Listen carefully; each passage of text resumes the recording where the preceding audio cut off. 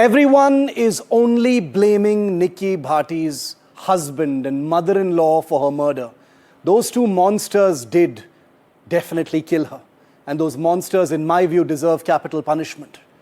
But tonight, viewer, I also blame Nikki Bhati's father equally for her murder. Yes, her husband Vipin and her shameless in-laws finally killed her. They snuffed out her life. But it was the father, this man you see on your screen, who wrote her death sentence, and I will tell you how. Nikki was beaten, tortured, humiliated at her Greater Noida residence, and she fled to her parental home multiple times this year. Did you know that? 3 times she fled to her father's house, and every single time she was pushed back into the fire. Now, her father, grieving father, I have to respectfully say, still surrounded by village elders, blames only the husband. Do I offer Bhikari Singh Paila my condolences? Of course I do. Who would not? But I have no sympathy. I have zero sympathy for the father tonight. His tears do not move me even a little. He is, in my view, as much responsible for his daughter's death as his cowardly, murderous son-in-law is. The father cannot hide behind the excuse of society. I am done accepting society and community as reasons for allowing the murder of your own child. I'm the father of an 11-year-old girl, viewer. And I don't pretend to sit here and say I am the same as everyone else. Everyone has circumstances. Everyone has their community pressures. But doesn't the life of your child represent a line in the sand? I spit on such traditions and these poisonous pressures that pretend to protect honor but bury girls and women. Nikki Bhati is not just a victim. She is a mirror held up to a country that has normalized dowry violence. She is the face of thousands of women who are tortured in silence every single day. Most of those stories never make it to the news because of so-called parivar ki izzat, family honor. Many are buried as suicides. Some end in brutal murders that are quietly settled in police stations.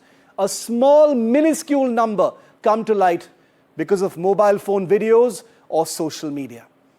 Nikki Bhati is lucky we even know about her death. Look at the data. More than 6,400 dowry deaths reported in 2022 alone. That's the last year for which we have Crime Records Bureau data. That is 18 women every single day reported. Every single day in this country, a young woman is beaten, strangled, burned, forced to kill herself because a man and his family wanted more money. And we still allow fathers to sit on television like Bhikari Singh Paila and say, society made me ignore her pleas. Society made me get her married to this family despite knowing that they were demanding dowry. What kind of society is this where parents wash their hands of responsibility by blaming tradition? Am I wrong in wondering what kind of ridiculous tradition, what kind of ridiculous families, what kind of ridiculous communities put anything above the lives of their children? Where community elders and shameless panchayats, murderous panchayats in Uttar Pradesh and elsewhere, decide what women must endure in the name of family izzat. This is not culture. This is not tradition. I spit on these traditions tonight. This is barbarism dressed up as family honor. And we are, let me remind all of us, in 2025, Vipin Bhati, the cowardly, shameless husband, is a coward and a criminal. And I sincerely hope that he faces the noose.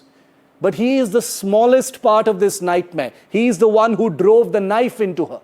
The real murderer is the society that has normalized dowry and every parent who sacrifices their daughter to its rituals. How many of you watching tonight, viewer, know of a dowry case in your own family circle, your own mohalla, your own gated colony? Do not look away. Do not dodge my question, however uncomfortable it may be tonight. You may look at me and say, Shiv is being insensitive by attacking a grieving father. I have no sympathy for this grieving father because he sent Nikki back 3 times this year. The last time just a few days ago, only for her to be burnt alive in front of her 7-year-old son. This is the truth we have all buried. So I say tonight to Bhikari Singh Paila, the shameless panchayats of Dadri, and everyone in that family who convinced young Nikki to go back to her marital home. Nobody is fooled by your useless tears tonight. Nobody sympathizes with your community constraints. Nobody understands the pressures. And the reason for that is your murdered daughter. You sent her to her death 3 times this year.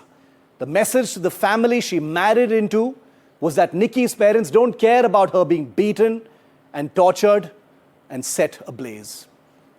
And so they took the next step. It is you who wrote her death sentence.